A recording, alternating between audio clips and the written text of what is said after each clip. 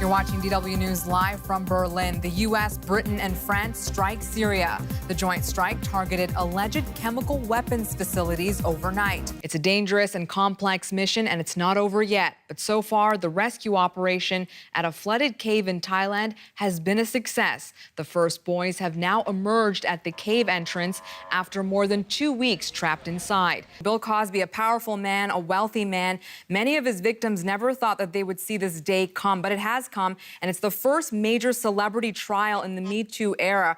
What were some of their reactions to the guilty verdict in the courtroom? We are waiting for the U.S. President Donald Trump and North Korean leader Kim Jong-un to emerge through those double doors, take a seat side by side, and sign a declaration. We will try to get you the information of what's in that declaration as soon as we know. There are observers who are probably wondering this hour what concrete steps could potentially be included in such a declaration, or if it's just something that they're signing to say this is a starting point. There will be more meetings, there will be more summits, there will be more talking, Yanka. North Korea has one of the world's worst human rights records. How has this event changed Kim Jong-un's public image? You're in Singapore. He received a very warm reception yesterday from the public when he did that tour of the city. A burst of color and glitter hit Berlin this weekend, with hundreds of thousands turning out for the city's annual Gay Pride Parade, known as Christopher Street Day. This year was the 40th time the event has been held in the city, and it's one of Europe's biggest pride events.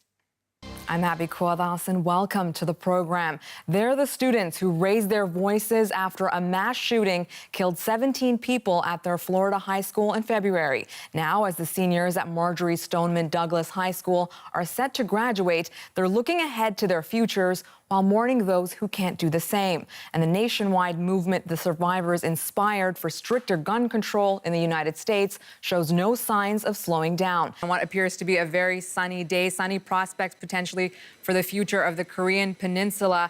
As we're watching these images, Philip, can you tell us what are the main items on the agenda? We're all talking about nuclear weapons. You just mentioned that. But will South Korea even try to broach that subject today?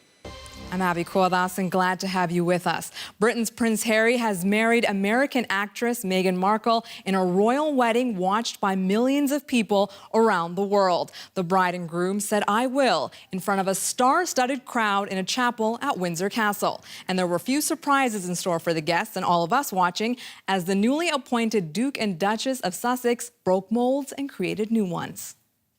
It's moving forward. When you look ahead in the region, especially in these conservative countries, where do you see it in 5, 10, 15 years? You seemed rather optimistic earlier.